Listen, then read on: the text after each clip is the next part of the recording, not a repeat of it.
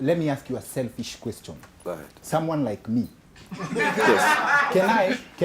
can I train as a special forces, not for the government, for me personal, so that when I feel like quitting natoka, can I do that? Ya kung'ara tu nao mtaani ningie Kariobangi usiku as in. Can I do that? Just badala ya kwenda gym peke yake. No. No. Wait. Actually, all these things that you do, you do it for the benefit of the bigger goal. Yes. When I chose to become a Special Forces operator, actually, the idea was not born by the time I joined the Army as a cadet officer in 2005. I just wanted to challenge myself. You know, I wanted to belong among the finest there was on offer. So when I did go through the cadet training, I believe I graduated among the top 1% in our class. Okay. And I was among the only 8, among 150 who joined the parachute regiment. And the parachute regiment is up there for people to volunteer. No one gets forced to go in there. So you got to be super motivated and want to get there.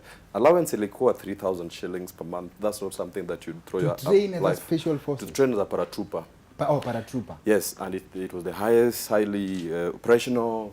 You all over the place. Nyindo mnatumwa, you know, the highest risk operations. So yes. That is not something that you would talk about Giritatu kwa track, right? Yes.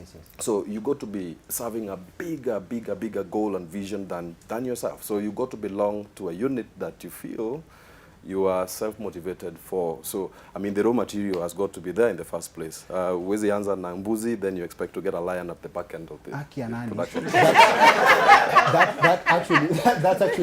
That actually is a calling. 3,000 for all that training. Yes. Na MCA and I make 25,000 per day. Kunyonya tu tear gas, that's the worst they can do. That's the worst they can do. Sindio? Yes. How do you feel when you watch a military movie? Wow. I used to be, I think some of those really inspired me to be what I am today. Okay. When I was in secondary school, straight from primary, I think primary 7, 8, you know, the Rambo movies back in the day. Yes. I knew all the Shaolins, I guess, by the time I was in secondary school. Yes. But I mean, these days we critique. If you get a bunch of us watching stuff, we critique. We go like, get Chukwa left, or he's gone left or right. Yes, we get really worked up because you'd critique. You'd see a lot of flaws, mistakes, tactical errors, really refined, you know, kind of stuff that we do that you'd watch, like the Alfred Mutua's. With all due respect. Yes. The Alfred Mutua's, was it a Rambo movie or something? Cobra Squad, absolutely. I mean, all of them could be ranging around that, unless there are documentaries that have been done by people who have inside information about the mechanics, how things work. Yeah. But, you know, they're pretty boring, in most part, especially the Rambo ones that we watch back basically, in the day. when we get impressed by what Jason Statham does in his movies, you are like, nah. Yeah, absolutely, to some extent, yes. So, hizo vitu, chini ya maji, in your own space, you can do them. Man, yes, to be sincere, you guys are now being treated to quite a few exposures of the special forces, you know, ops. Yes, You've seen people go down to business, in, you know, in town. It's, not thanks, but I'd have said thanks to terrorism. But I mean, you've now had to see people demonstrate that capacity and capability, which is really deadly to see. And yes, we've been in the theater, same theater. So you see some of the things that you'd watch with a lot of awe in the past. Yeah. And you're in the theater and you're doing them, and you'd be in a minute thrashed into the jungle, doing jungle warfare business, and it's really, really crazy, and you got to be very sure-footed, you don't crack a twig, like you see in the movies. Yes. I did that for 6 months in Mount Elgon. And you come back the next minute, and you are in a completely different theater, and you're supposed to get back home, and you're doing coffee with your friends, as a perfect normal guy. How do you transition from that? And that's where you come in. Probably Byron can tell us how the experience is, and then you can tell us where those who break, actually. Because in terms of the battlefield, right? Yes. Guns all over the place, one time, then you come back, you're comfortable home, you're having coffee with your friends, as you've said, but then you have to go back. Yes, and it's in training. As I said, the perfect, you know, mismatch, if you wish, or the irony, for that matter, is that you are expected to operate with an absolute organization and absolute, thoroughness within a pretty chaotic environment.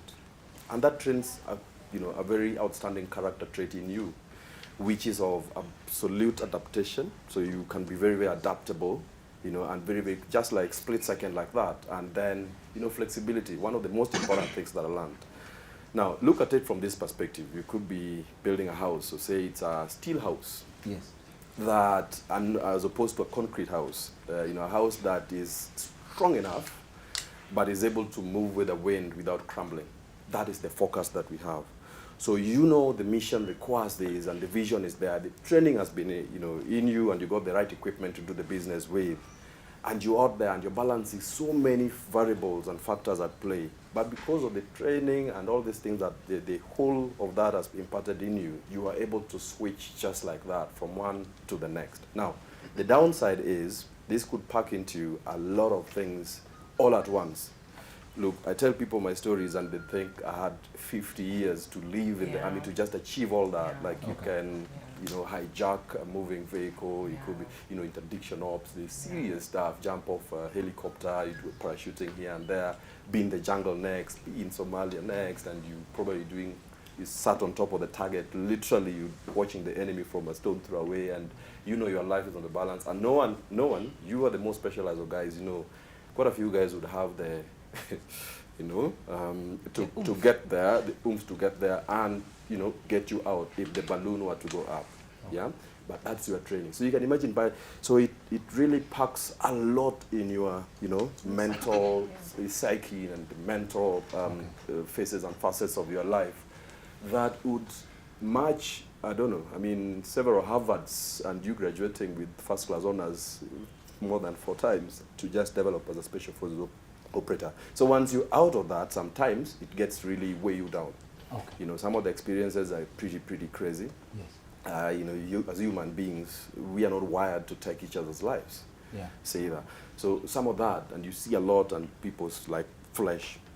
We saw quite a bit in post-election violence, let's say.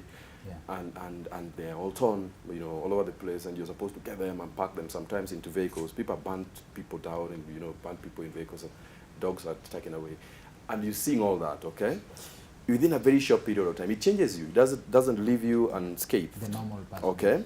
So it changes you in profound ways. And that's why it's really vital to have someone else who's going to look at you from a different perspective and tell you, hey, there's a problem with you. And not just that, in a good way, in a way that would get you out of that perspective. Because we are mental beings, And that's why the psychological help is very important. It addresses that downside.